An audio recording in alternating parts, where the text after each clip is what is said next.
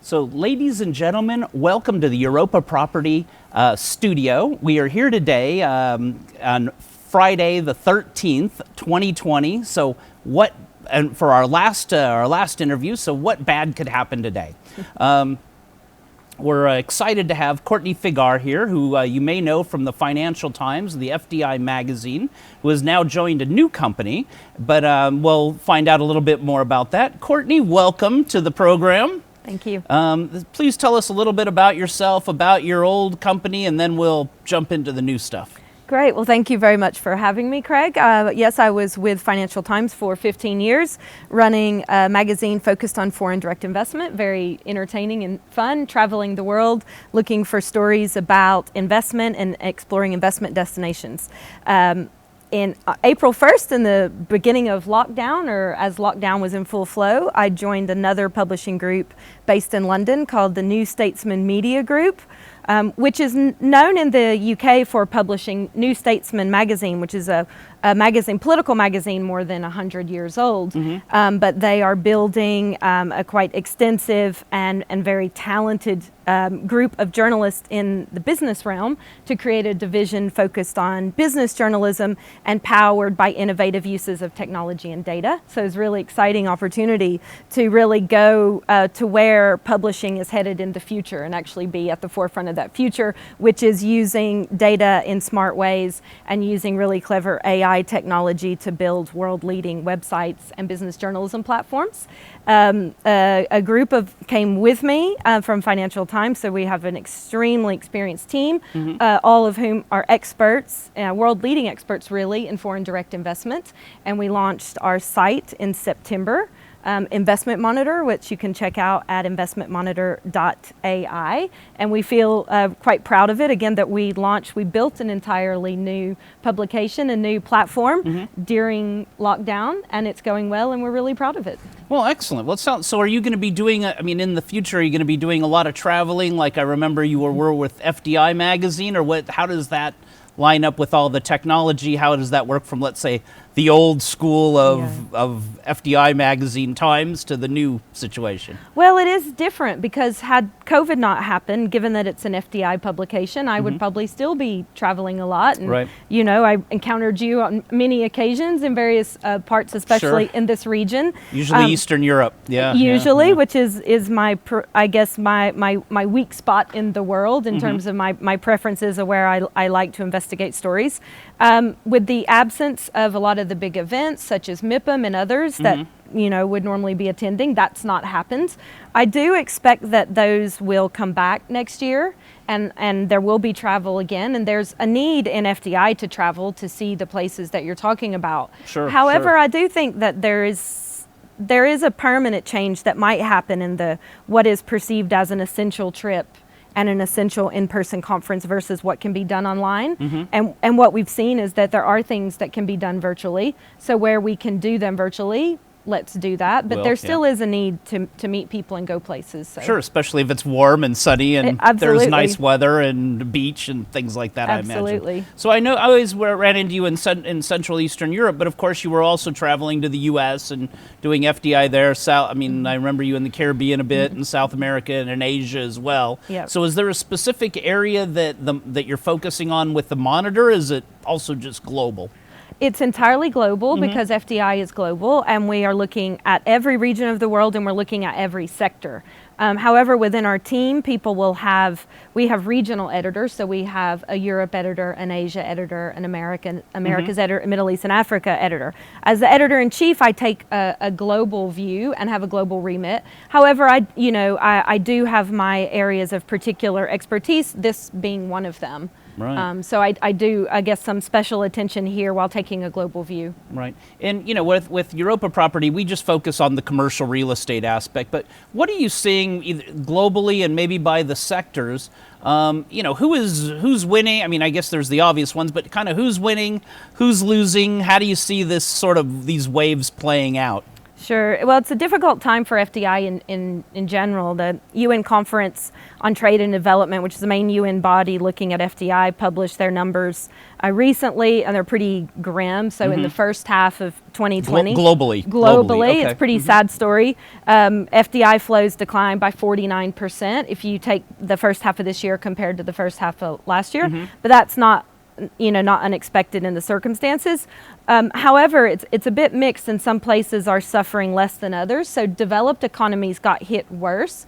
There was a 75% decline in investment to developed economies, whereas economies in transition suffered a decline, but not as badly. And I suppose that's some good news for some of the Central and Eastern European and CIS economies. And there are a few, for example, Kazakhstan actually has seen an increase in investment in the first half of this year. Well, that's quite interesting. Right, so there are a few bright spots.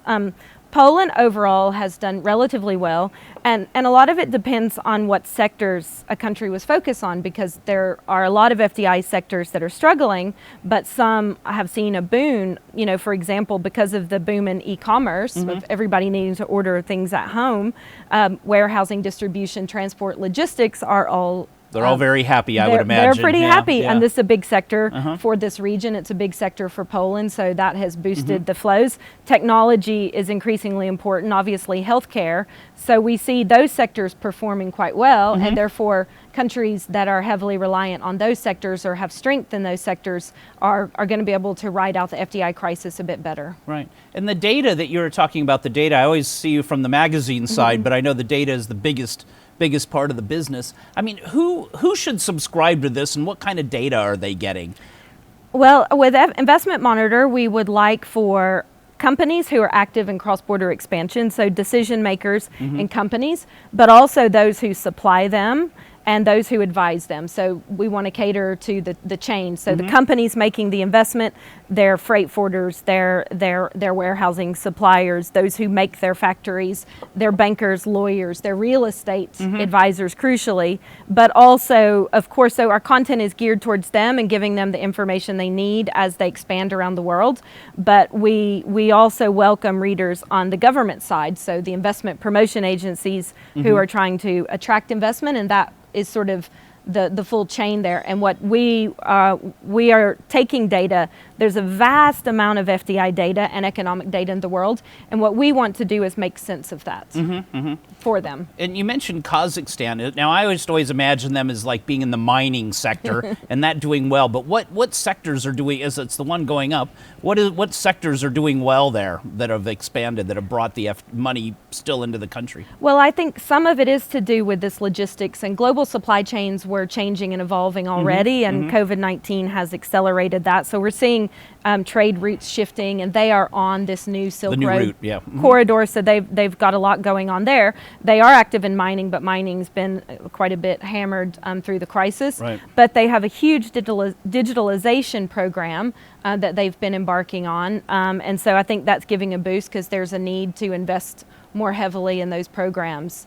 And I do think there's also a case of companies that do have liquidity now looking for new and exciting opportunities while their rivals can't. And so markets like that are a bit fast emerging, enticing, and interesting, it's a chance for companies to maybe make their move now before other people clock it. Yeah, right. And is there any other countries or any other sectors that you see that you would like, that you could say, hey, this is a direction you should go, or from an FDI point of view, this is the trend for the next region or the next country to invest in? Well, I'm not just trying to flatter my local host, but Poland is an FDI success story because it's been an economic success story over the past decades and has done extremely well making itself an FDI destination that can't be ignored. There are some small and savvy and clever countries that I always cite as good examples, like Costa Rica. This is a country that's tiny, doesn't have much of a domestic market, unlike Poland, for example, but is really sophisticated in the way it targets investors, and it put heavy stock into building up their skills levels, and they've moved up the value chain very quickly. There are other small savvy countries like Estonia, so you know, in the broader Yeah, sure. region here, that also invested heavily in skills and technology, and they've been quite innovative doing their a program where they have an e-residency to try to attract talent. Sure, yeah. So I think that countries really at a crisis is an opportunity to maybe rethink the way that you do things, and therefore it's a chance for some of the countries that maybe have struggled with FDI to really rethink their approach and try to be a bit more innovative. But the key for all of them is to be really targeted and not try to excel in every sector, but really focus on what you can actually do well. Right. They have the limited resources, limited size, so focus on what you're good at. Sure. Right. Okay, well, great. You know, well, of course, welcome to the show, but also welcome to Warsaw. So it's great that you're here. Thank you. And good. I guess you'll be here for a couple weeks still to come, or Yeah, hopefully hanging around for a while. yes. excellent, great. Well, we definitely like to have you back on. Just a couple other things. You know, what if you want to tell us a little bit more? Now, is Investment Monitor? Is it data? Is it articles as well? Am I going to get the up to date? Let's say like.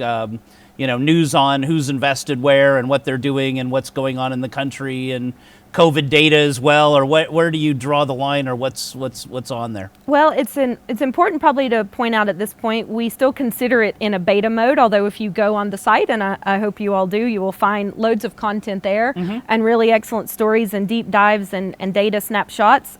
Regarding the FDI projects, there is a ticker there, so we are tracking the projects that are announced. But there's a lot of data behind it. So the content is free to read. You don't need to subscribe. You don't need to do anything. You can just access it, which we think is important. And what you will find there are in-depth articles written by journalists, but using data. So again, taking the vast pool of data that exists in the world about FDI, about COVID, about innovation, about science, about the economy, and funneling it together into powerful and important narratives to tell our readers what they really need to know. So you'll find loads of data charts, but we're putting them in context. So we don't want our readers to come and have to make sense of the data themselves. So we are employing data journalists to do that for them. Okay, great. And yeah, if you've got any sort of, I know we're coming to the end of our program here. For people can only take so much on the internet, but if you want to, you know, any kind of last words or pearls of wisdom or anything you think we missed that we should have hit, please tell us now. And of course, the website again too. Yes, of course. So do check out investmentmonitor.ai and subscribe to our free e-newsletter, which comes out once a week, and again really is concise and tells you what you need to know that week. I think the main thing is that, you know, COVID is in some ways an FDI disaster, but it also presents some opportunities. So the important thing to take away is not to panic. Everyone just needs to be calm, be innovative, and see how we get through the crisis. And it could cause a shakeout that causes even better investment destinations and some new market leaders emerging. And that's not necessarily a bad thing in the midst of what is overall a tragedy. Right. Well, again, welcome to the program. Great to hear about Investment Monitor, and I know it's going to go. It sounds great if you got the similar team, I guess. So great to have you. Great to have you in Warsaw. Thank you for stopping by our Europa Property studio. Again, everybody, have a great evening and a safe Friday the 13th, 2020, and enjoy the rest of your weekend.